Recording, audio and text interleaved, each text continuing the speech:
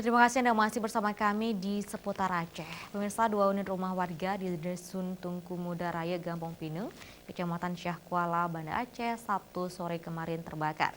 Tidak ada korban jiwa dalam musibah tersebut, namun kerugian materi ditaksir mencapai ratusan juta rupiah.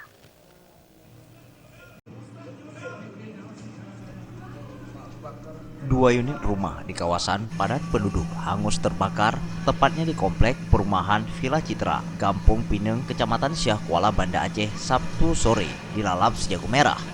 Sejumlah masyarakat yang berada di lokasi itu mengaku kobaran api mulai terlihat sekitar pukul 18 waktu Indonesia Barat dari lantai 2 rumah tersebut.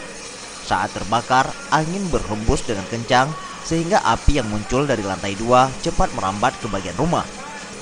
Akibat dari kebakaran itu, hanya bangunan permanen rumah saja yang masih berdiri, namun sebagian besar barang diperkirakan habis terbakar.